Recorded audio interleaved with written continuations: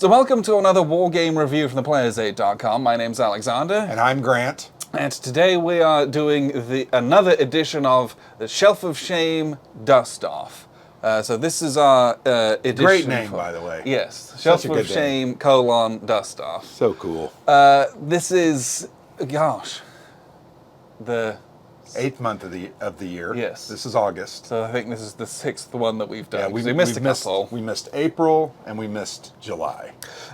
So at the time of recording, it is August, and this we are playing Almost a Miracle from Against the Odds Magazine. Okay, good. Which is published by someone else. LPS. Yes. The same guys that make Turning Point Simulations games. Yes. That we've played several of. Yes. So Very interesting web of it's names and acronyms. I don't want to slander anyone, but it sounds like an awful lot of shell companies and overlapping fraud that goes on. They're I'm sure millionaires. it's They're not. millionaires for making their war game magazines. Yeah, who's buying this? This is a front for the mafia.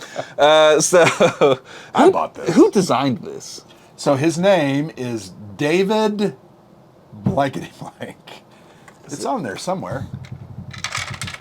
Here we go. David Jones. David Jones. David L. Jones. So Davy Jones. No. So this is this a sequel to Yeah, so this Tarleton's is- Quarter? This is the same system as the first game, which was like 5 magazines before this, 5 or 6, I think, called Tarleton's Quarter. This deals with the northern theater of the Revolutionary War. Tarleton's Quarter deals with the southern theater. So this is a 2-player strategic war game. You're playing at a pretty high level. You have abstracted strength points, and you have leaders, and it's moving from kind of area to area. Yeah. So it's not necessarily this really deep, crunchy tactical game, but it is a deep, crunchy strategic game. Yes. Now, With a lot of moving parts. yes. And we discussed this as we played, and we did not finish an entire game by any means. No. We have struggled with this a little bit, although we like what we're doing, struggled with the rules a little bit over the past 4.5 hours, and we've gotten 2 turns through. Yeah, it's 2 years. it's a lot of detail. Yep. And there's a very expanded sequence of play that is very involved. Yes, there's a lot of steps. There's a lot of different elements that they've put into it. All of which are neat and have historical importance to them. Of like, oh, this kind of attrition. Sometimes you have smallpox in the winter, and There's weather involved, so then you can't do certain acts. and then there's supply attrition, and then it's like, ooh, every 3 months you like levy new militia guys, and there's lots and lots of different bits and pieces. That means that there's a lot of different rules, but you butt up against the classic conundrum of all of that crammed into the constraints of magazine games. Magazine games typically have one counter sheet and a very fixed and very limited set of rules. I think it's 15 pages of rules. Is it 15? That's what I It's was something trying to- like that. And often magazine games are like 12. Sorry, I'm just making it up. So there's page 1. Go ahead, keep talking. Because half of the back of it's scenarios and setup and... 15 pages, basically. But half of those aren't rules. There's like a play in there, there's a schedule of reinforcements and stuff. It's the And actual then several scenarios. Yeah, the rules themselves, probably about 10 pages. And so I'm always, and I think this is not unique to us, people are somewhat wary of magazine war games, right? Because you have to cram so much stuff into a small format, and so what sacrifices have to be made?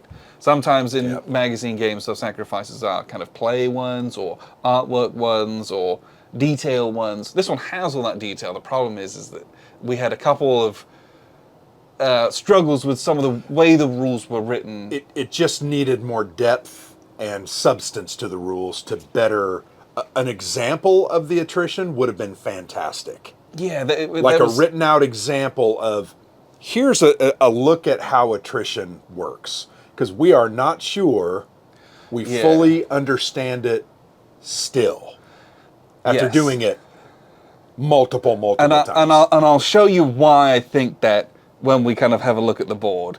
But that kind of parts aside, like you said, what we're doing on this really neat kind of board that's quite unique in that it's quite long and thin. Well, and it's very interesting because I have seen many Amarev games that do this long and thin style of board. Yeah. Liberty from Columbia Games is an example. Obviously, the forerunner to this game, Tarleton's Quarter. I've seen many of them have these odd-shaped. Liberty, I believe. 1776, I believe, has a longer map. Yeah. And even if they don't have that, they look like they do. Sure. What was that one that Compass did recently? The big 2-mapper. So it was like year ago or 2 years ago. War for America. Yeah. Which we haven't played yet. But it's a similar style. It's a 2-mapper, and I think they Yep. might belong with. But yeah, they.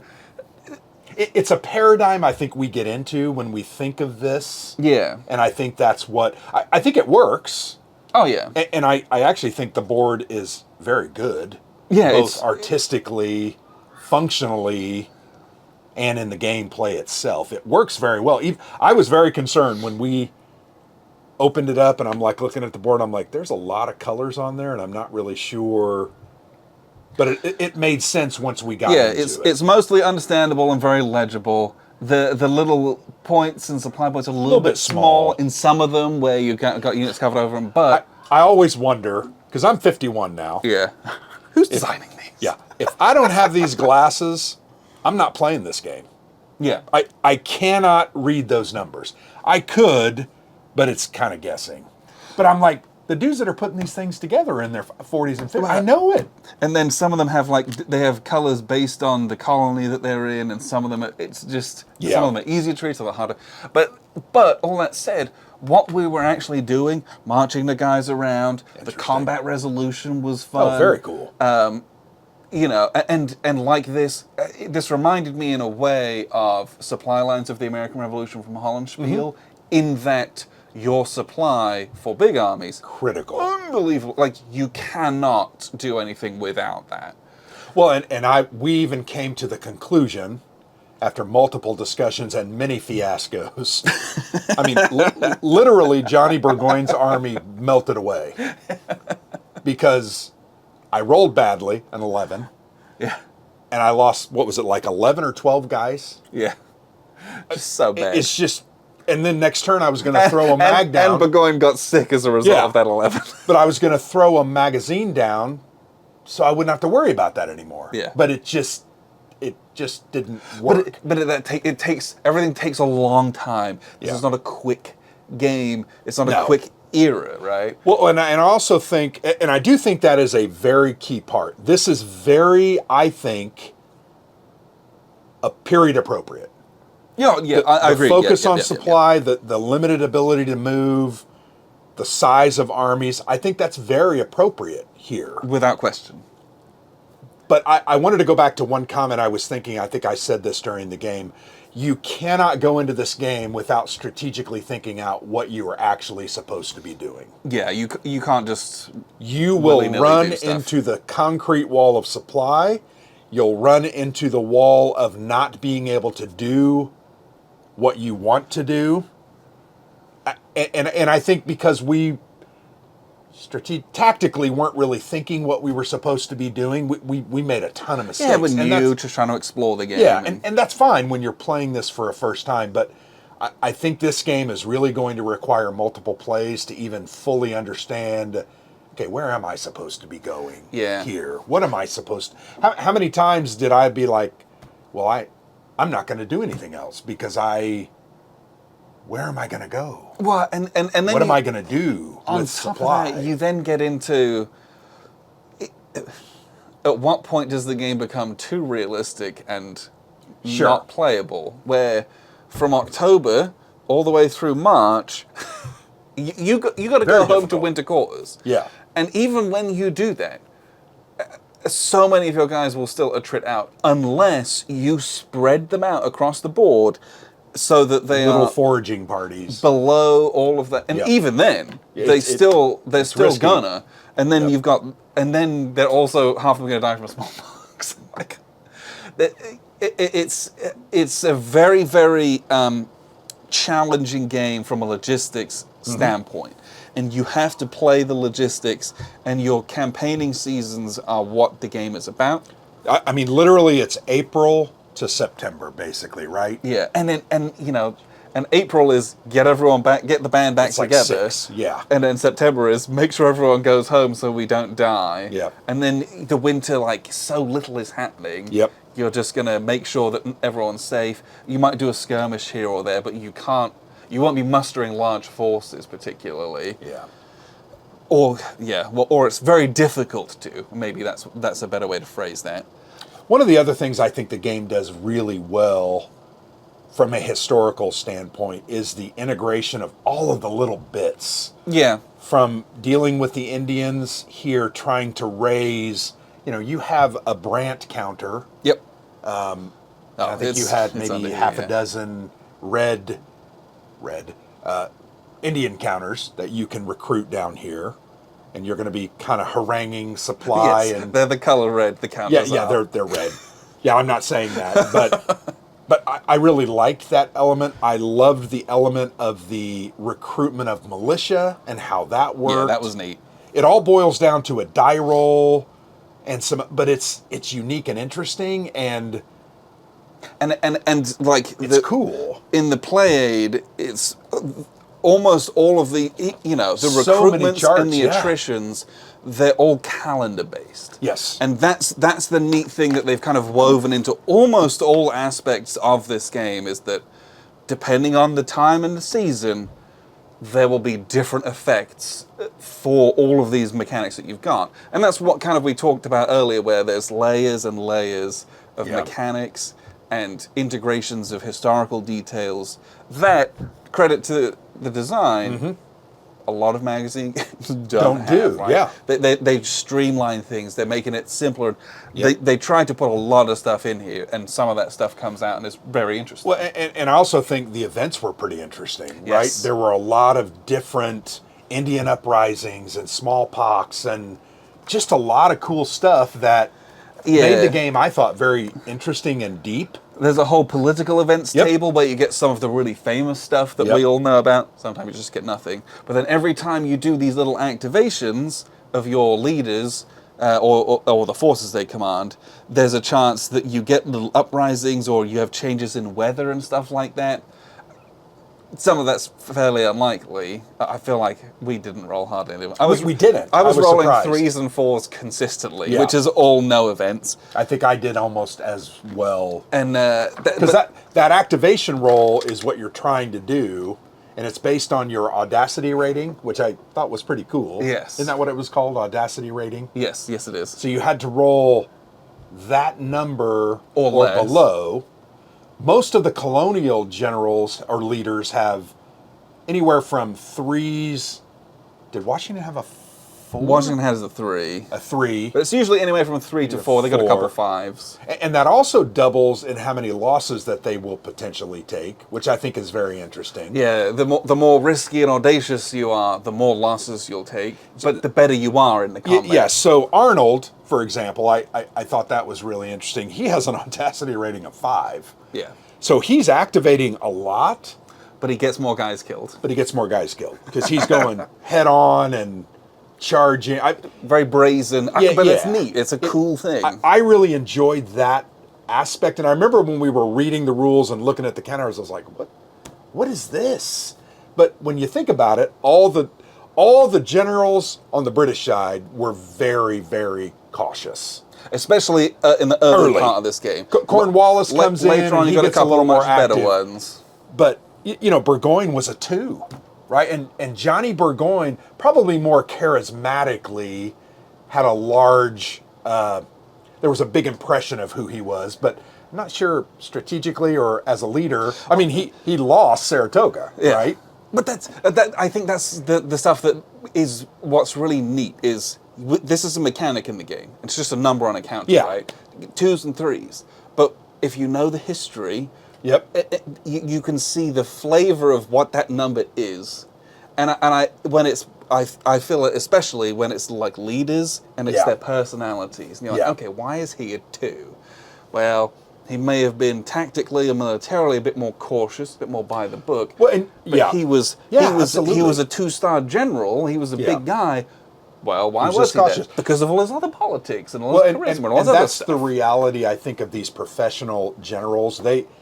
They were under the gun to keep King George. They're and- all aristocrats. they were trying to keep him happy, so they didn't want to go too far and lose because then they were done. But yeah, Right? they cared about their personal reputations almost more. Yeah, and absolutely. how and that hasn't gone away. Yep. I think that's something that sticks around for a long And time. ironically, I think Benedict Arnold cared a lot about his reputation. Because He was brash. He's doing because the he was yeah. trying desperately to make a name for Make himself. it, yeah. And ultimately, the reason he turned, there were many reasons. He married a loyalist woman. But Washington never gave him the deference that he believed he deserved and was never promoted the way he was supposed to be. He also, like many of these aristocratic guys, he like bought wagons and food and bullets, and he like funded. Arthur St. Clair did the same thing at Ticonderoga. It's the way they did it, and they never got reimbursed. Yeah. So like Arnold was, I've read a lot about, he's like writing letters to Congress. I need my money because I bought this, blah, blah, blah, blah, blah. But that is played out in the game. And it does help that I understand a little bit of the history. Not an expert. No, but I know a little bit. I'm really I appreciate That was the included. game does that stuff. Yeah. Because sometimes it's just like, oh, it's their leadership value. Okay, cool. What's their leadership Right. value is a much more abstract number. But here, having that tactical rating and that audacity, Yep. and the effects that have in determining if you win a combat, which is one chart, And losses. determining losses is a different. Very interesting. And so we have what that means, and then what is not represented by that omission is also equally as interesting historically speaking. Yeah. So yeah, before we ramble more, I'm going to show you a little bit of how this works, at least how I think it works, and then we'll wrap up with some final thoughts. So here's a look at some of the map. We can't fit it all in, but basically there's almost another like 17 inches of map this way, and then probably another like 3 or 4 inches of map this way. It's very long and thin, but to kind of squeeze in some of the important stuff that we're going to take a look at, we're just going to focus in on this kind of central part of it. But as you can see, the map is divided up into these kind of small areas, and each of these areas has an identification value, as well as this extremely small, and I know you most likely cannot see this, supply value. And the supply in this one affects attrition, which is extremely important. You see there's some broader, large regions kind of relating to the original colony. So we have New England, this kind of yellow area.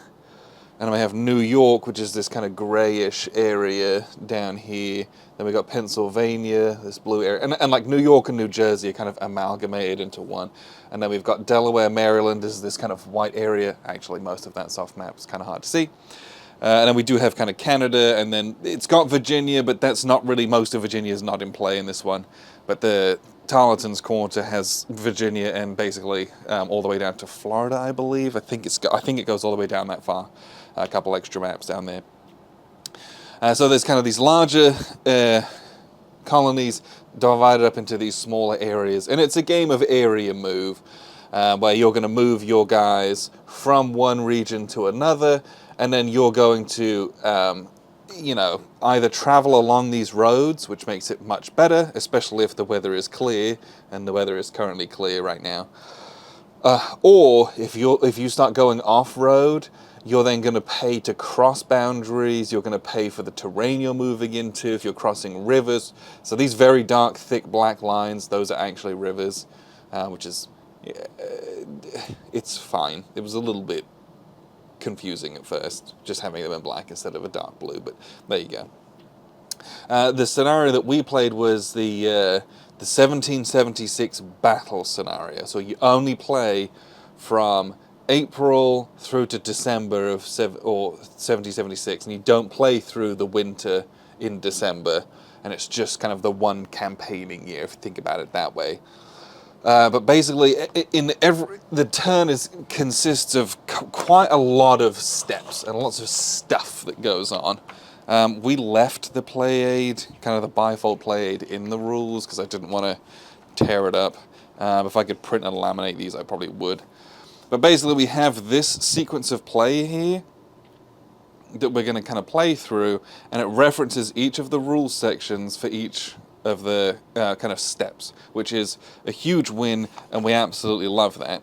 However, what I would say is, I think earlier in the rule book, or later, I think it's earlier in the rule book, they have a different sequence of play. And the sequence of play that's in the rule book here, it is ordered slightly differently. So, for example, we look at the attrition phase. We've got Continental Militia, December turns only Continental Expired Militia, Loyalist Militia, check supply and roll for foraging, destroy own baggage, then POW attrition. So that's the attrition phase here. On the play aid, the attrition phase, roll triple attrition for British forces at sea, disease attrition, Continental Militia attrition, check supply, destroy, and POW. So there's some slight nuance in the verbiage that's used, and some different, like a bit more of an explicit order in which some of the things happen, and a bit more clarity in some of these. So I actually really like what's on the play aid here. This was really helpful for that. But if you look, there's some siege resolution, which is a neat part of the game. Then there's attrition phase. Then there's reinforcements. Then there's logistics. And then section E is moving and fighting. And then there's some adjustments. And then it's over. So, like, so much of the rules is everything except for moving and fighting. So when we talked about that this is a supply and logistics game, the rules really play into that as well. Very briefly, to resolve sieges, and all the sieges are off map here, so I'm just going to set up a couple of guys. Of course, there's not really a good place that's quite kind of, so we're just going to pretend like there was a fort in Bennington that we were besieging, and so let's say, so we had a mag. So the blue in this game are the Continentals, and they're besieging the Loyalists, the British, in their little fort. And we got it to Siege 2. Basically, there's Siege Level 1 and there's Siege Level 2. And at Siege Level 2, the attacker says, okay, we're doing a siege. What do you want to do about it? And so it goes to the person who is besieged, the defender, and they have two options. They can either surrender, in which case some of their guys become POWs, they're going to lose all of this, they're going to lose their mag, and they're going to walk away with some of their stuff. Or you can choose to fight it out. And when you fight it out, you don't roll the combat dice, you simply roll the combat casualties dice. And the combat, they're not unique special dice, they're just 2d6. But basically, what you would do is you're going to then roll, and because we do a little bit of an assault. We kind of try to break the siege. So we're going to roll, and we're going to see, okay, I inflicted 2 or 3 hits, you inflicted 1 hit, and that's all that happens, basically.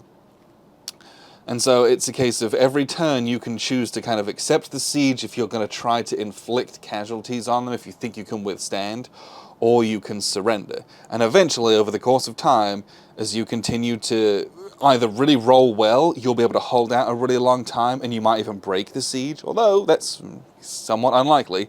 Or the besieger might run out of supplies and then have to bugger off and break the siege on their own.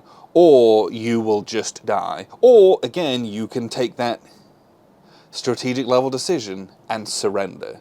And you live to fight another day with most of your forces, or some of your forces, instead of just being annihilated and losing everything.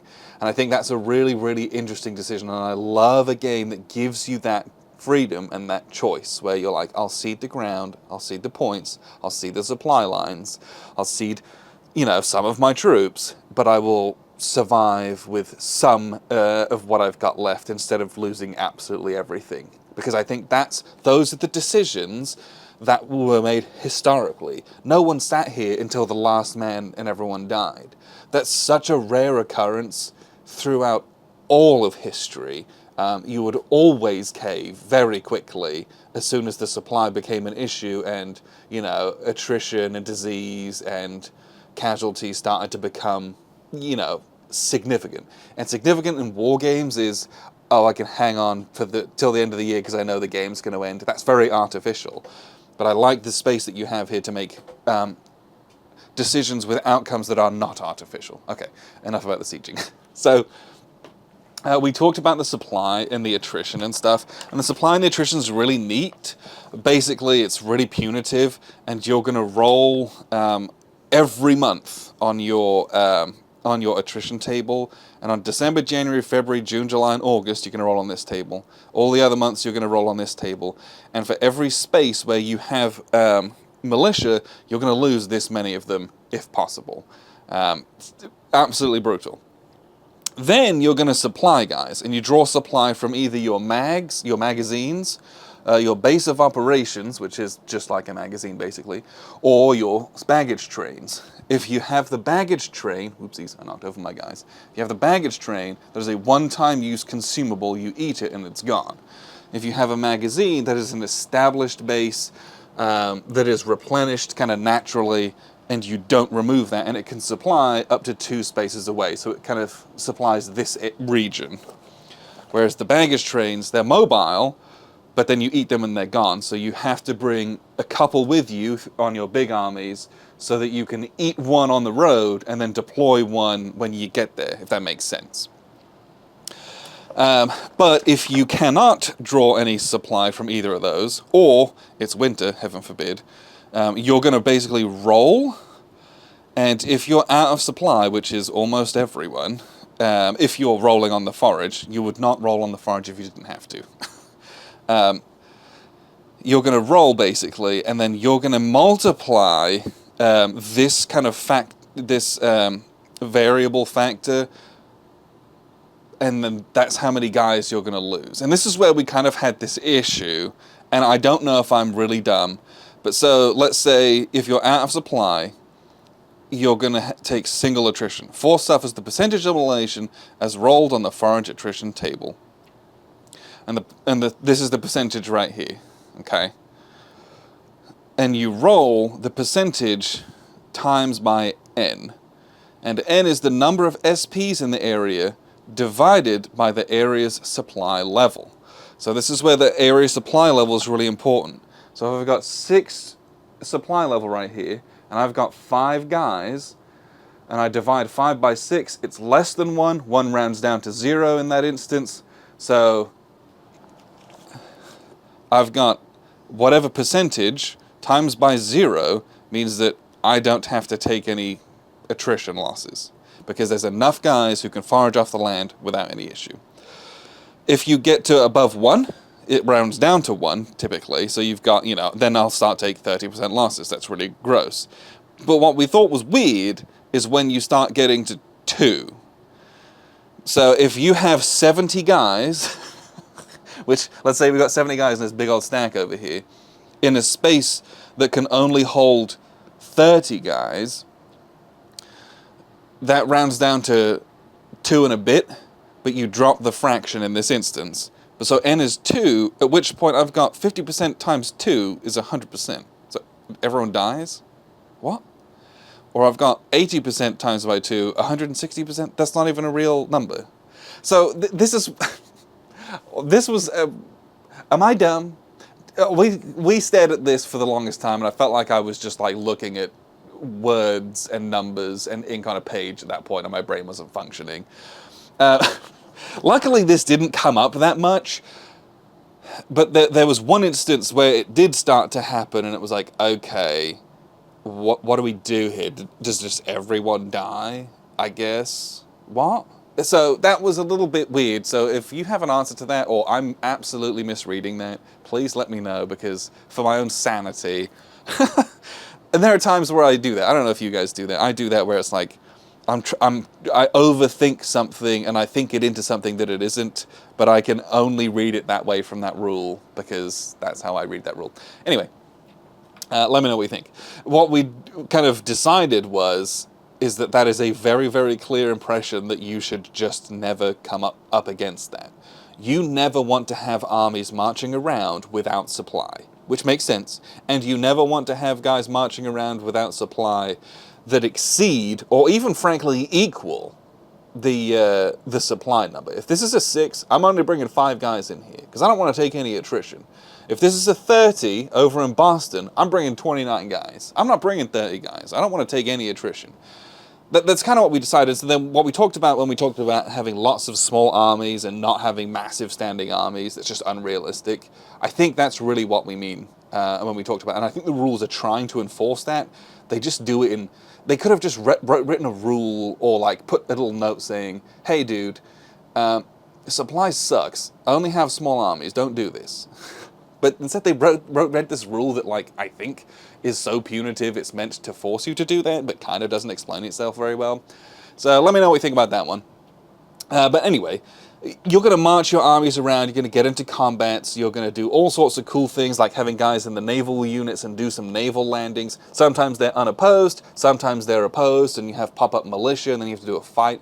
Really, really neat stuff. But eventually you're going to get into the combats. And the combats are really cool because there's a few decisions, and we always like decisions in combats. So first you're going to decide who wins, and then you're going to decide how many guys die, because you can win and take more losses, or you can lose and like have more guys remaining. You can do that in this, or you can win and absolutely eviscerate the enemy. That's also possible too. But we always like that. But before that happens, especially if the British are attacking, what they have to do is they have to decide whether their regulars are going to fix their bayonets or not. If you fix bayonets, one of two things will happen. If you fix bayonets, you will either have a really, really good advantage. So here, British used bayonets. If you get with surprise, you get a +2 on the casualties roll. That's pretty good. If you use bayonets but you messed up your surprise roll, it's a -3. That's really bad because they shot you charging across an open field, I presume.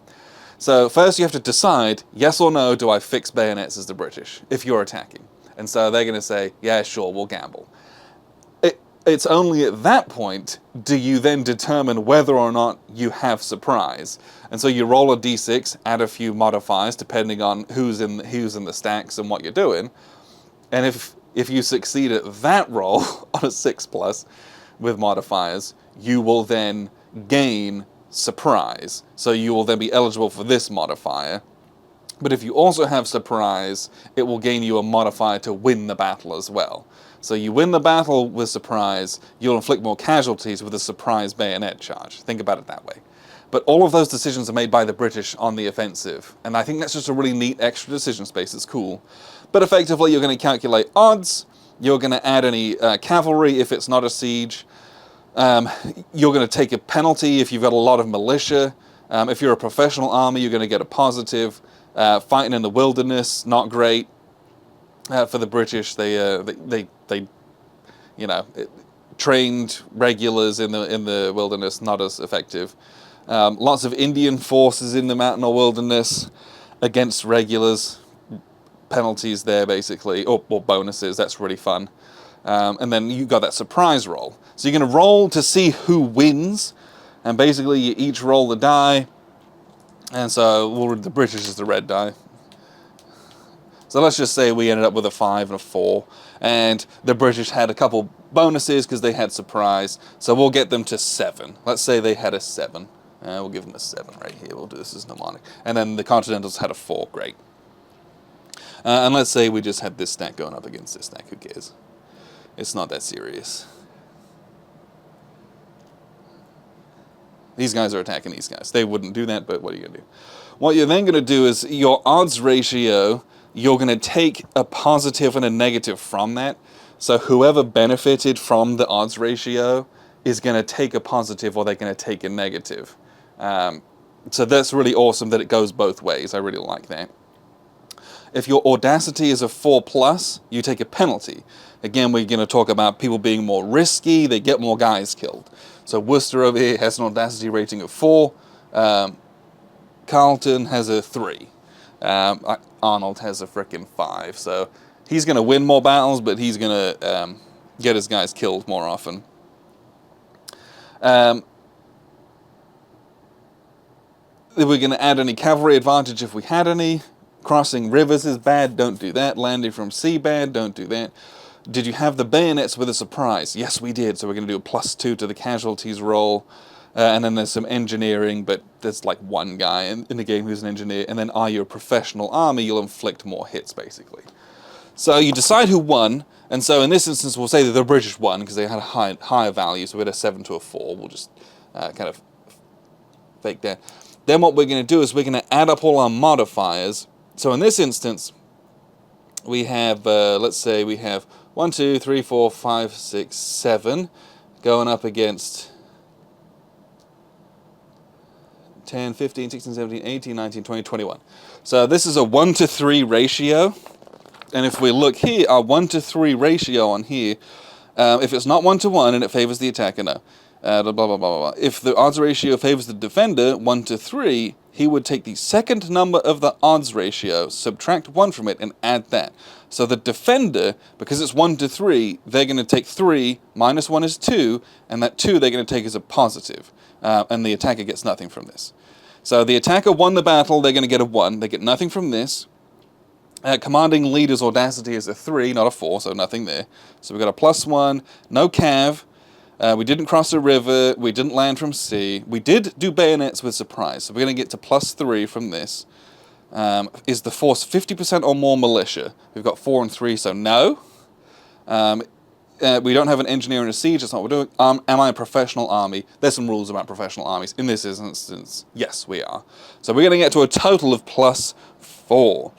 So the British are going to roll +4 for the casualties. They won the battle, yay. We're going to roll for casualties. And I rolled a 2, well, it was cocked. All right, we rolled it to a 3, great. So we got 7 total, so that's actually pretty funny. We'll do 7 total for our casualties roll. When we're doing casualties roll, it's whoever rolls highest. That's, you really want to roll really high. So this ended up being pretty decent. So for the defender, they did not win the battle, so nothing there. Remember we said this was a 3 down to a 2 here, so they're going to get +2. The commanding leader's audacity rating is 4+. It is. So we're going to lose 1 from there because we get more guys killed. So we're down to a 1. Cavalry advantage, no. No, no, no, no, no. Forces 50% or more militia, no, not the case here. No engineers in a siege. Professional army status. In this instance, no, we're not a professional army because we haven't had... is it von Steuben hasn't done our training. It doesn't happen until like for another couple of years or something stupid. So we're at a +1, so that's bad. Oh, we rolled pretty well though. So we rolled a 5, that's +1 into a 6. So we've got 7 to 6, and then what we do is we look over here. So the higher result loses 1 SP for every 10 SP the other side has. And those are rounded down. So the higher result is the British. They're going to lose 1 guy for every 10 guys in this stack rounded down. So remember we had 21, so we're going to lose 2 guys. And you have to take them evenly from militia and regulars. So we're going to kill 1 militia, and 1 regular and 1 militia. Great. Brilliant. The lower result loses the difference of the high result and the low result. Well, we have a 7 to a 6, so they're only going to lose 1 guy, and we have to take it on a regular first, so he's going to lose 1 guy. And split the losses as equally as possible between militias and regulars. So that ended up really good. If you get swingy dice, and we had rolled a 1, they would still take the 2 losses because it's based on the SP value, but now this difference is 6. 6 guys are going to die. And we had a couple combats like that where it was like massive swings. We also had ones where it was totally even. And I'm going to be honest, it doesn't say when it's a tie, no one takes any losses. We just adjudicated that it did because you only take losses if it's higher or lower. So if it's equal, you can't take losses, right? Logically, that makes sense, but again, the rules are condensed such that it doesn't specifically call that out, where a normal rule book probably would. And so I always like a game that has rolling to win and then rolling for casualties. I like combats that have maybe 1 or 2 gates or steps through which you have to pass, because I think it gives you a wider variety of results that can happen instead of, I beat you and your guys die. That's fine. We can get that result, but also, I beat you, like I won the day, but I lost way more guys than you. It was a Pyrrhic victory. That's not really as plausible and as feasible in a lot of other games where you just kind of roll 2d6 and you get what you get. So I really, really like this. These guys are now going to have to retreat, and there's retreat rules that you have to abide by, and those can be quite punishing if you don't have anywhere to go. You end up losing a lot of guys. And then if you lose a bunch of regulars, half the number of guys you lose will go into a prisoner of war track that's off-map. And the POWs, you'll get exchanges of POWs, and they can kind of pop back up. Those are really fun to parole guys and things like that. But that's really what this game is. It's moving around, trying to take objectives. So in this instance, you got to take... where'd it go? Oh, I moved it. Where's Ticonderoga? Dude, it was right here. Well, I nudged everything. Ah, it's right here, yeah. So, the British in this instance, because, you know, the Declaration of Independence has happened, the Siege of Boston's happened, that all happened earlier. And as we start this campaign, all the victory points here were controlled by colonial forces. I got to get the names right. and so they have to basically take effectively 3 of these 4. You have to take Ticonderoga and then I think one of these other ones, or if you take I think 2 or 3 of these, you can leave Ticonderoga. But this scenario is really neat, and it forces you to be really aggressive, and you can't, as the colonials, go out and do a whole bunch of stuff willy-nilly because you leave yourself undefended, but also the supply to go and do those things is so difficult that moving around is very sluggish, and if you put yourself out on a limb, you'll get taken advantage of. Which would be very punishing, very crippling. But hopefully that was kind of a little bit helpful, and you kind of see it's a magazine game. The rules have some struggles to them, but what you're actually doing is fun and has some great crunch to it, which I really appreciated. So that was a look at the map. We might moan about the size of some of the numbers. I really liked this as a playing space. Oh, yeah. Everything was very clear, everything crisp, and again, contextually speaking, for a magazine game, it's really well pretty produced, damn right? good. I enjoy the counters too. The counter art is very, very cool. Yep, it's clean, it's crisp, it's nice. Well, and it's kind of cartoonish in a way without being overly cartoonish, Yeah. if you know what I'm saying. And I even like that the British are white rather than the traditional red. I thought that was an interesting choice. We kind of talked about that. Yeah. But then you've got the Hessians over there that are also different. They have some light blue writing on them and stuff. There's a lot to like, I think, in the production. I'm not a big fan of the tray. We have played several of these. Sure. I think that tray does a disservice to the game that's inside it. Get yourself a real tray. That's my opinion. We're called the Player's Aid because we always like a good Player's Aid. The Player Aid is good, there should be 2 of them. But I understand it's a magazine and there never will be. Well, but then they threw in a 1-page, one-sided designer notes. Put that in the magazine and give me the player aid on that double-sided. That's a quibble, right? Maybe, is that online? Could you print that off, maybe? I know the rules were online, but it didn't have the play aid. No, because I couldn't find the play aid. Because remember, I was looking for that table to see if the attrition number we were misunderstanding it. I don't think we were misunderstanding it. It's intended to be punitive and very, very difficult to keep your armies under 8 to 10 individuals and keep them with baggage trains and magazines. It's just the way it's written. It could have been written a much better, clearer way. Agreed. But I enjoyed what we did, though. Oh, there's no doubt. And I had a blast with the combat system. I think the combat system was what really makes this game. Very good. You have, there's several different options, from fixing bayonets, and there's a surprise element. And those are options that the surprise is something that's always rolled, but that fixed bayonets is a British option within certain circumstances. Yeah. But that's an option that you have, and it's a gamble, right? It's risky. And you can do it or you can not do it. And we talk about, chance or randomness in games. I always like a game where I have options that I can apply, and there might be random or chance outcomes out of that, but it's it's almost a little bit of push your luck element to it. Yeah, oh, no I can doubt. choose to do this, then we're going to roll a die to see if I pull it Yeah. off. If I do, great. If I don't, But that was a choice. Yep, and the choice that I made when I used that, very risky by the way, because I was attacking with 10 regular troops against 15 colonials or militia. The I'm colonial sorry, militia, Militia. And as I looked at the numbers, I wasn't going to have the advantage in that area, but if I could get the surprise and fix my bayonets, all of a sudden I was going to be a +3 DRM on my losses determination, and I thought, you know what?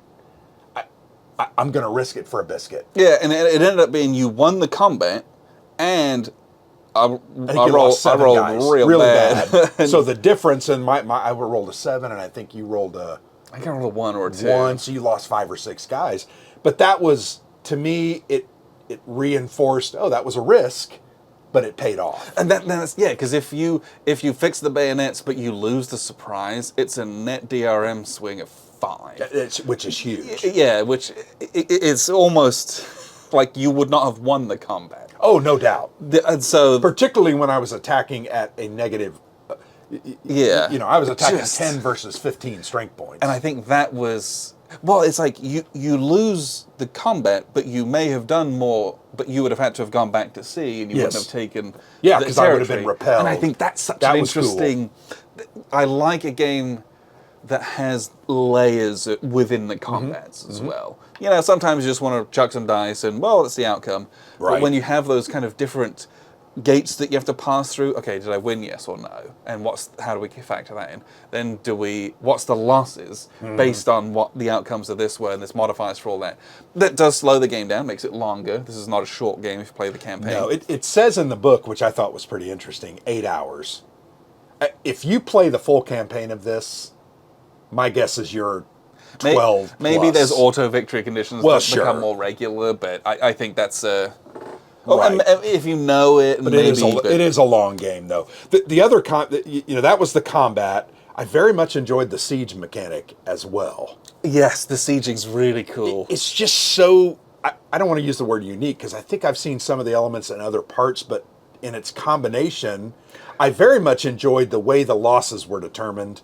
Once Yeah. again, very similar to the attack, yeah. where you're rolling that die and comparing it, and the losses really are the difference in the die.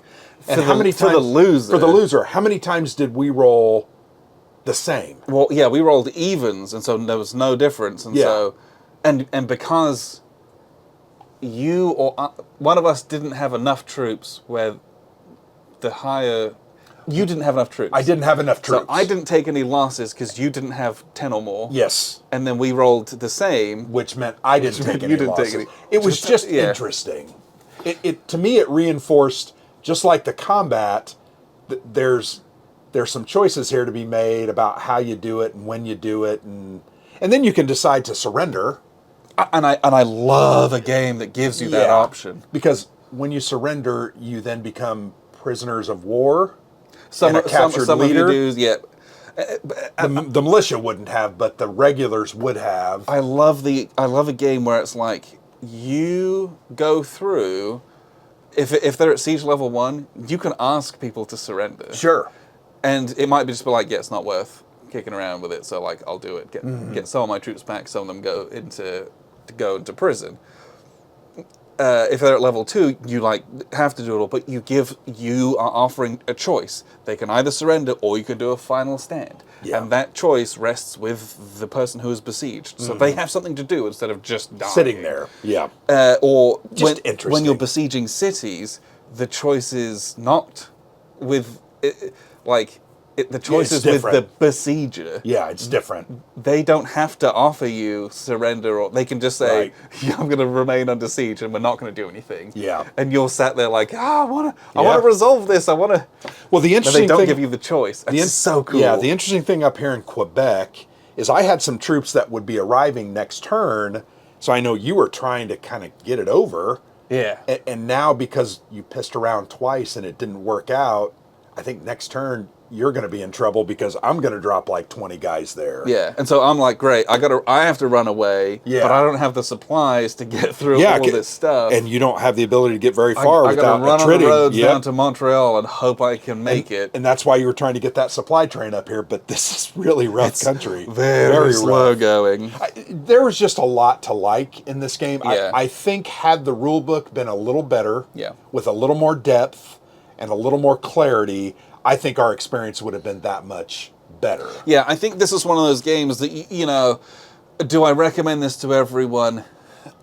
No, because this requires a level of effort and input to kind of straighten it all out and a time commitment. Well, and I also think if you are a fan of this historical period, the American Revolutionary War, you're going to get more out of this than someone who, because of the way they've set this up with the Audacity numbers and the events, and it's just going to be that much richer if you have an understanding and an appreciation. And you're for playing this. a period game, right? Yeah. It is a slow crawl through the mud, dragging your supplies. Yep.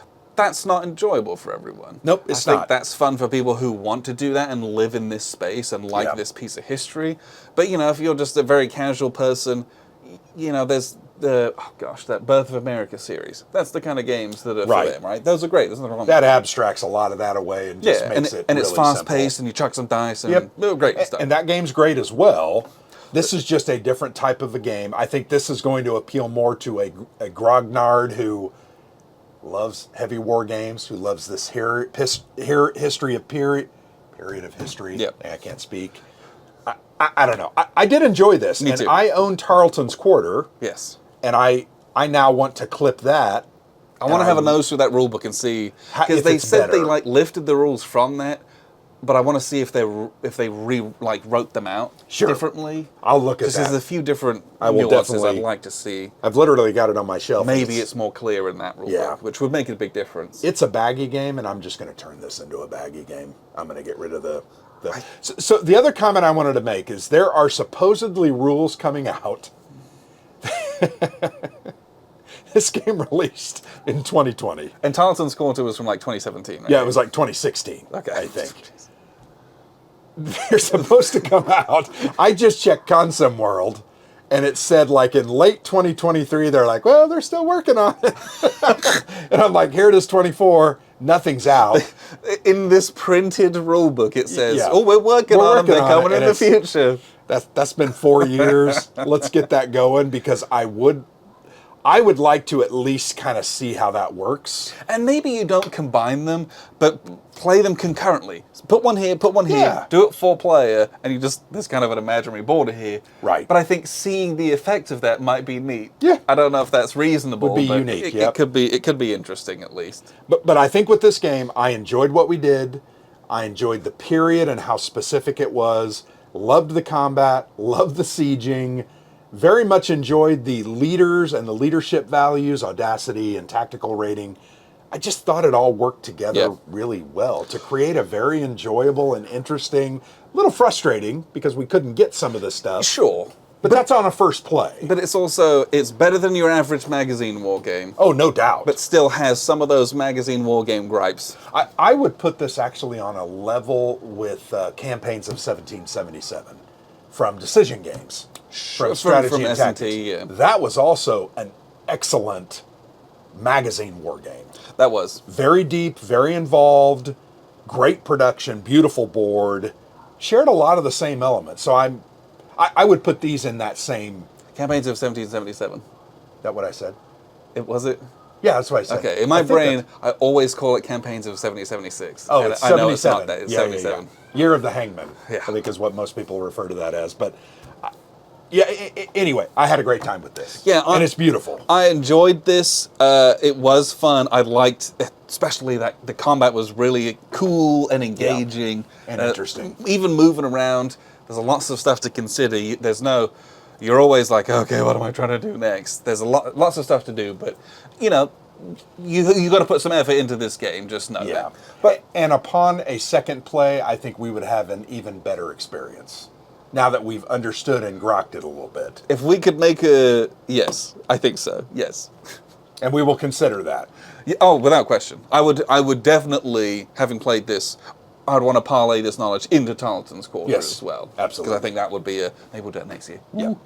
So, Almost a Miracle. I want to call it the other one. In fact, I text you today and call it the wrong name. Right.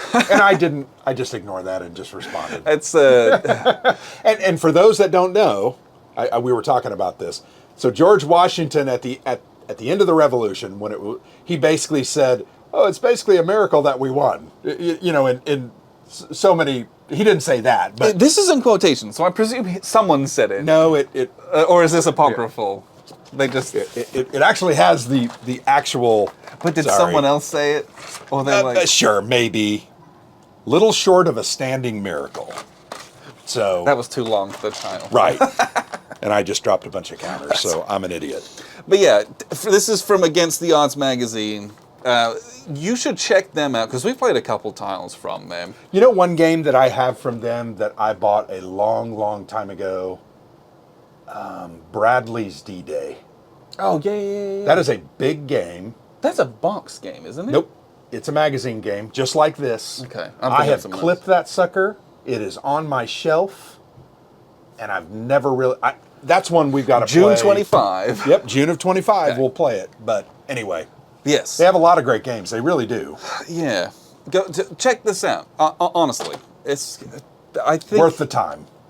Yeah, I think it is. And at worst, I think there's probably a lot of this is like a regular magazine. So there's a lot of Oh, yeah. history and information and Here's background here's stuff. a list of the articles, right? It's... And that's just a couple of them. Yeah, the Real Miracle, the Two Georges, Washington's Enforcers. I mean, it's a $40 game that you get a cool magazine. Yeah. Or it's a $40 magazine and you get a cool Yeah, game. right. So There you however go. you want to view that. Almost a Miracle from Against the Odds. Check it out if you're interested, but appreciate you tuning in and sticking around. I've been Alexander for PlayerSafe.com. And I'm Grant.